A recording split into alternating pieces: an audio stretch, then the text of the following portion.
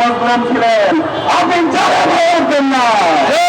আজকে সারা বাংলাদেশের মানুষ দেখছে ওই দল বাংলাদেশের গণতন্ত্র চায় না, তারা বাংলাদেশের নকলাতন্ত্র চায়।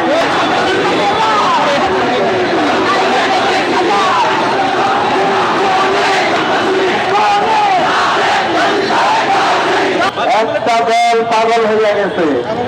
আজকে 500 দিনের আমল নামা যদি ওই দলের দেখেন, আপনারা দেখতে পারেন ওই দল প্রায় সবাই ধরে চাঁদাবাজি, টেন্ডারবাজি, ধর্ষণ, সন্ত্রাস এবং মহিলাতন্ত্র কায়েম করেছে। আজকে 1.5 বছর পরে তাদের একজন নেতা এসেছে।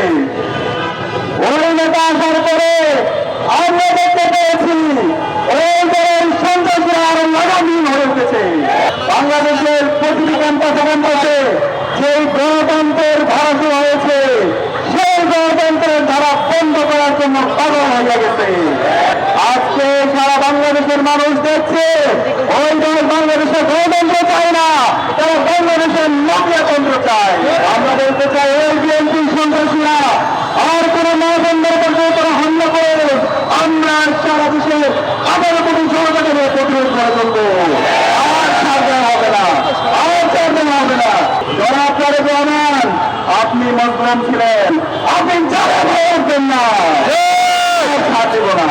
আমরা ইনশাআল্লাহ বলবো বাংলাদেশের সকল নাগরিকদেরকে যে মা আমাদের 10 মাস 10 দিন গর্ভধারণ আমাদেরকে জন্ম দিয়েছে, যে দিনকে আমরা জীবনে সবচেয়ে বেশি ভালোবাসি, সে দিনকে, সে মাকে, সেই সন্তানকে যে সন্ত্রাসীরা যে পয়েন্টের হামলা করছে, বিভক্ত করার হুমকি দিচ্ছে, তাদের বিরুদ্ধে আগামী 12 ফেব্রুয়ারি গণনায় দিতে হবে। আগামী যে বাংলাদেশ হবে সেই বাংলাদেশ হবে ইনসাফের বাংলাদেশ।